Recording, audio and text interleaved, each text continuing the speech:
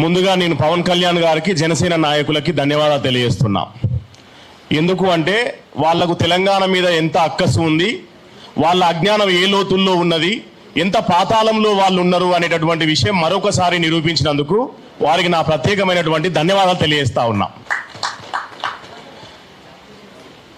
తెలంగాణ నవనిర్మాణ సంకల్ప సభ పవన్ కళ్యాణ్ గారు మొన్న ప్రకటించినటువంటి ఈ ప్రోగ్రాం పేరు. అది వాస్తవానికి అమరావతి రాజధాని నవనిర్మాణ సభ పెట్టుకుంటే బాగుండేది. ఎందుకు అంటే వాళ్ళ రాష్ట్రానికి ఒక రాజధానే లేదు ఇప్పటివరకు. ఆయనేమో వచ్చి పక్క రాష్ట్రాన్ని ఉద్ధరిస్తారట. ఇవాళ పవన్ కళ్యాణ్ ఇక్కడ ఖాళీ చేసి, అంటే ప్రతి శనివారం ఆదివారం చంద్రబాబు నాయుడు పవన్ కళ్యాణ్ హైదరాబాద్లో తిని పడుకుంటారు కదా, ఆ తర్వాత మళ్ళీ ఆంధ్రాకి వెళ్ళిపోతే అక్కడ ఆంధ్రలో ఉన్న నాయకులందరూ అడుగుతున్నారు, ఏమని అడుగుతున్నారు ప్రెస్ మీట్లు పెట్టి అంటే, ఒరే నాయన మనకు రాజధానే లేదు, నువ్వు ఇక్కడ మాట్లాడకుండా పోయి అక్కడెక్కడో ఉద్ధరిస్తాంటవేంద్రా స్వామి, నువ్వు ఫస్ట్ మా దగ్గర ఉద్ధరించరాదు, మనకు రాజధాని లేదు అని చెప్పేసి వాళ్ళు దుమ్మెత్తి పోస్తా ఉన్నారు ఈ జనసేన మీద, పవన్ కళ్యాణ్ గారి మీద. పవన్ కళ్యాణ్ గారు మాట్లాడుతున్నటువంటి మాటలు ఎంత దుర్మార్గంగా ఉన్నాయంటే, వాళ్ళ జనసేన కార్యకర్తలు మొన్న తిరుపతిలో ప్రెస్ మీట్ పెట్టి తెలంగాణ అమరవీరుల భార్యలు వచ్చి ఇక్కడ మాట్లాడితే తాగుబోతూ వాళ్ళని తీసుకొచ్చి మాట్లాడిస్తున్నారు అనేటటువంటి ఒక కామెంట్ చేసిండు తిరుపతిలో. ఆయనే బహుశా ఆయన హైదరాబాద్లో చేసి ఉంటే మళ్ళీ తిరుపతి పోకపోయి, ఆయన హైదరాబాద్లో కనుక ఆ కామెంట్ చేసి ఉంటే మళ్ళీ తిరుపతి పోకపోయి ఆయన. సో ఆడవాళ్ళని గౌరవించాలనే మినిమం సంస్కారం లేనటువంటి వాళ్ళు, తెలంగాణ అమరవీరుల పట్ల కనీసం బాధ్యత లేనటువంటి వాళ్ళు, త్యాగాలు చేసినటువంటి 1300 మంది బిడ్డలని అవమానపరుస్తున్నటువంటి వాళ్ళు ఇవాళ జనసేన కార్యకర్తలుగా ఉన్నారు అంటే కార్యకర్తల తప్పు కాదు, నాయకుడే అట్లా ఉన్నాక కార్యకర్తలు అట్లా ఉండడం చాలా సహజాతి సహజమైనటువంటి విషయం. కాబట్టి నేను పవన్ కళ్యాణ్ గారిని ఏమంటున్నానంటే, అయ్యా మేము స్క్రిప్ట్ డైలాగులు చదువుతున్నాం, ఇక్కడ మేము మా గుండె గొంతుకతో మాట్లాడుతున్నాం, మేము మా ఆవేదనతో మాట్లాడుతున్నాం, మేము ఆవేశంతో మాట్లాడుతున్నాం. కానీ దాని వెనకాల 60 ఏళ్ళ ఆలోచన ఉన్నది, 60 ఏళ్ళ దుఃఖం ఉన్నది. ఈ తెలంగాణ ఊరికే వచ్చింది కాదు. తర్వాత నేను ఒక క్లారిటీ ఇవ్వదలుచుకున్న మీడియా మిత్రుల సాక్షిగా, వాళ్ళు చంద్రబాబు నాయుడు గారు కూడా ప్రెస్ మీట్ పెట్టి నిన్న ఏమన్నాడంటే, దేశంలో ఎక్కడైనా సరే ఎవరైనా ఎక్కడికైనా పోయి ప్రచారం చేయొచ్చు, నేను కేరళకి పోయినా, నేను కర్ణాటకకి పోయినా, నేను తమిళనాడుకు పోయినా అని మాట్లాడుతున్నాడు. వాళ్ళు తమిళనాడుని వద్దని చెప్పలే, వాళ్ళు కేరళ రాష్ట్రాన్ని అడ్డుకున్నోళ్ళు కాదు, వాళ్ళు ఇంకో గుజరాత్ రాష్ట్రాన్ని అడ్డుకున్నోళ్ళు కాదు, మా తెలంగాణని నిండా ముంచినోళ్ళు కాబట్టి మేము అడ్డుకుంటున్నాము, మేము మా తెలంగాణని దోసుకున్నోళ్ళు కాబట్టి మేము అడ్డుకుంటున్నాము. మీకు రాజ్యాంగం ఇప్పుడే గుర్తొస్తుంది. గమ్మత్ ఏంటంటే రాజ్యాంగాన్ని వాళ్ళు ఉటంకిస్తూ ఉండరు.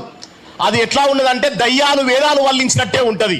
ఇంతకాలం 60 ఏళ్ల పాటు దోసుకొని తెలంగాణకు మా పృథ్వీ అన్న చెప్పినట్టు ఇన్ని అన్యాయాలు జరిగితే మాట్లాడనోళ్ళు ఇవాళ పవన్ కళ్యాణ్ విషయం వచ్చే వరకు మాత్రం ఎక్కడికైనా పోవచ్చు, ఎక్కడైనా బతకొచ్చు, రాజ్యాంగం కల్పించింది అని చెప్పి అంటారు. నిజమే, రాజ్యాంగం కల్పించింది వాస్తవమే.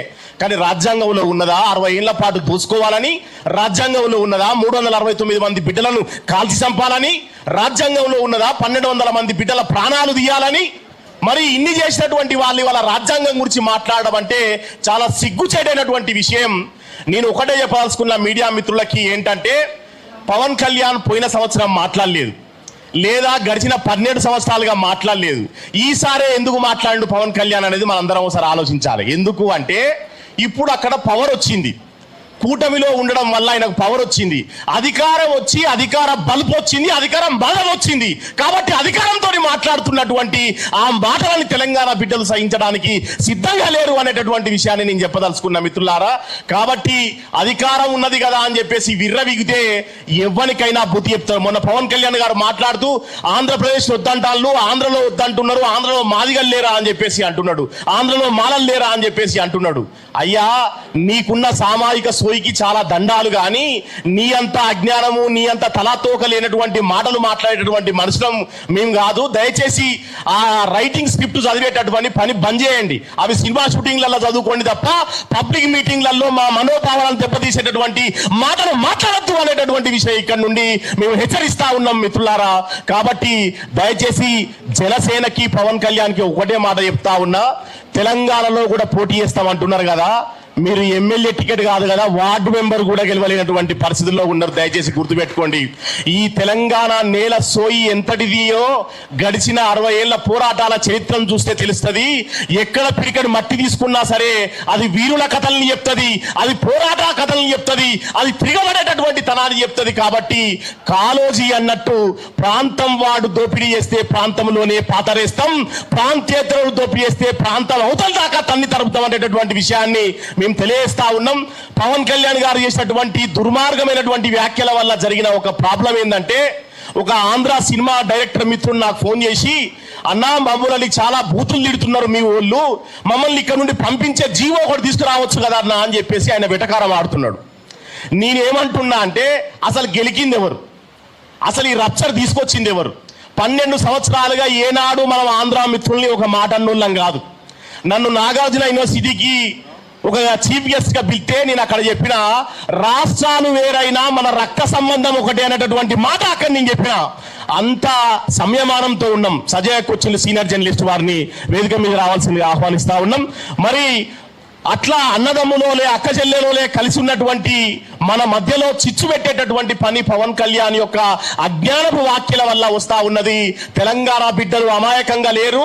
ఎవడు తెలంగాణ ఆత్మగౌరవాన్ని అస్తిత్వాన్ని కించపరిచేటటువంటి మాటలు మాట్లాడినా సహించది ఈ నెల అనేటటువంటి విషయాన్ని తెలియజేస్తూ, మేమంతా క్రాంతిదల్ పృథ్వీరాజన్న వెంటనే ఉన్నాం. పృథ్వీరాజన్నని కనుక బదలాప్ చేస్తే ఎవరినైనా వదిలిపెట్టమనేటటువంటి విషయాన్ని తెలియజేస్తూ, జై తెలంగాణ, జై తెలంగాణ. థ్యాంక్ యూ అన్న. థ్యాంక్స్ అన్న. ఇప్పుడు ప్రొఫెసర్